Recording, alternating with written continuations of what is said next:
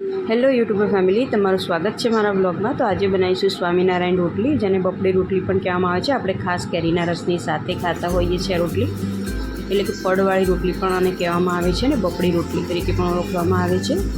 તો ચલો એ બતાવી દઉં તમને કે કેવી રીતે આપણે બનાવી તો એકદમ રોટલી આપણી સોફ્ટ થાય અને ફળ ફટાફટ છૂટા પડી જાય। તો ચલો આજે તમને એની રેસીપી આપી દઉં।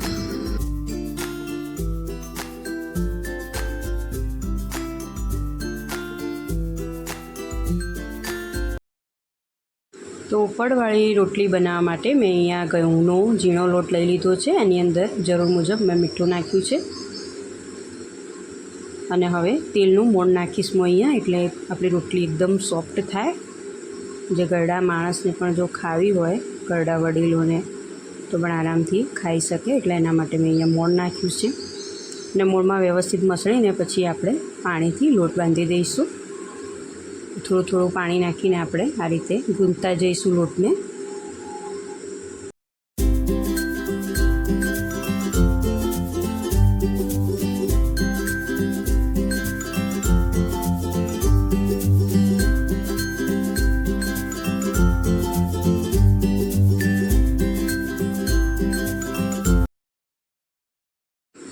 તો આવી રીતે વ્યવસ્થિત આપણે ગૂંથીશું, અને આ રીતે ગૂંથવાનું છે વ્યવસ્થિત। જો તમે લોટને ગૂંથ્યો હશે તો આપણી રોટલી એકદમ પોચી થશે।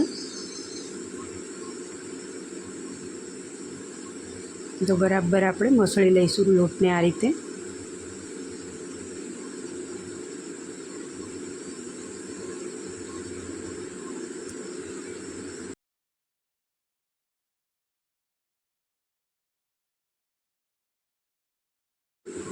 જેટલો વ્યવસ્થિત ગૂંથ્યો હશે એટલી રોટલી સોફ્ટ થશે।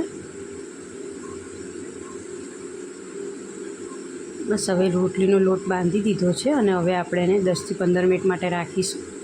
10થી 15 મિનિટ થઈ ગઈ છે, તો હવે આપણે આમાંથી રોટલી બનાવીશું। લોટમાં લાસ્ટમાં થોડુંક તેલ નાખીને આપણે ફરી આને સ્મૂથ બનાવી દેવાનું છે। તો હવે રોટલી બનાવવા માટે તવી મૂકી દીધી છે, અને આ વાડકીમાં થોડુંક તેલ કાઢ્યું છે, અને આ રીતે ગુલ્લો લઈ લેવાનો છે। આ રોટલી થોડીક મોટી અને પતલી બને છે, તો આ રીતના 2 લુઆ આપણે રેડી કરી દેવાના લોટમાંથી। તો આ રીતે 2 લુઆ આપણે રેડી કરી દીધા છે। એક લુઆને આપણે અટામણવાળું કરી દેવાનું છે, અને આ બીજું છે એ હાથમાં આ રીતે અટામણવાળું કરી દીધું છે એક લુઓ, અને આ બીજું છે હાથમાં આ રીતે તેલમાં ડીપ કરવાનું, અને અટામણવાળા લુઆ પર આપણે આ રીતે મૂકી દેવાનું છે, અને એની બધી ચારે બાજુ સાઈડ આપણે વ્યવસ્થિત આ રીતે જો દબાઈ દેવાની વ્યવસ્થિત। બહુ વજન આપીને નહીં દબાવવાની, નોર્મલ દબાઈ દેવાની, અને વણી લઈશું આપણે।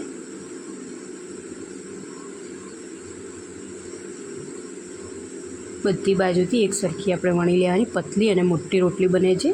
સ્વામિનારાયણ મંદિરોમાં જે બનતી હોય છે આ રીતની જ રોટલી હોય છે, અને કેરીની સિઝનમાં જ્યારે આપણે રસની સાથે જે ખાઈએ છીએ રોટલી, એ આ રીતની જ રોટલી હોય છે, અને આ રોટલી સ્પીડમાં થાય પણ છે। તો બસ આ રીતે મોટી સાઈઝની રોટલી વણી દઈશું।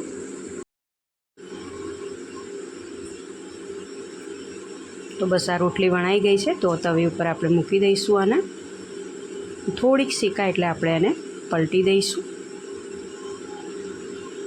એક રોટલી શેકાય ત્યાં સુધી આપણે બીજી રેડી કરી દઈશું।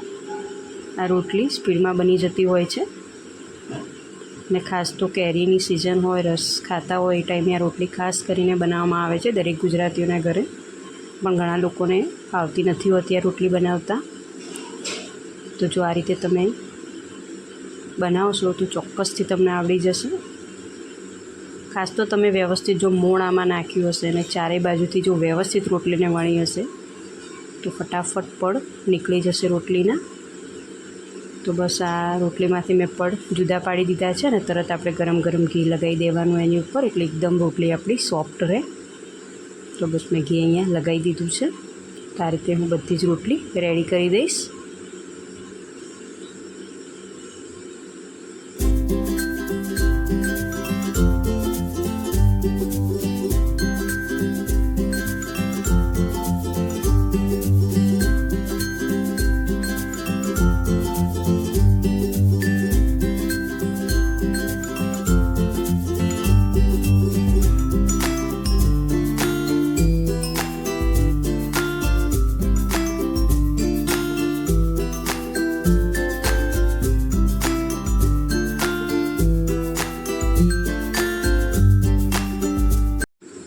આ રીતે રોટલી બનાવતા જવાનું અને આ રીતે છૂટી પાડતા જવાનું. તો જો આ રોટલીને હું મુઠ્ઠીમાં વાળીને પણ બતાવી દઉં તમને. મુઠ્ઠીમાં વાળશું તો પણ એકદમ સોફ્ટ છે. વડીલોને જો ખાવી હોય તો આરામથી ખાઈ શકે છે, એટલી સોફ્ટ છે. અને ખાસ કરીને તો કેરીઓની સિઝનમાં આ રોટલી બનાવવામાં આવતી હોય છે દરેક ગુજરાતીના ઘરે. તો તમે પણ જો આ રીતે રોટલી બનાવતા હોય કેરીની સાથે તો કોમેન્ટમાં કહેજો મને. અને ના બનાવતા હોય અને તમને ના ફાવતી હોય આ રોટલી તો તમે આ પ્રોસેસથી બનાવજો, ચોક્કસથી તમને આવડી જશે. અને બહુ મહેનત પણ નથી આ રોટલીમાં, સ્પીડમાં બની જાય છે. તો ચલો, તમને મારી આ રોટલી બનાવવાની, પડવાળી રોટલી બનાવવાની રેસીપી ગમી હોય તો લાઇક, શેર અને સબસ્ક્રાઈબ કરજો, કોમેન્ટ પણ કરજો. તો મળીએ એક નવા વિડીયોમાં. ત્યાં સુધી આવજો. જય શ્રી કૃષ્ણ.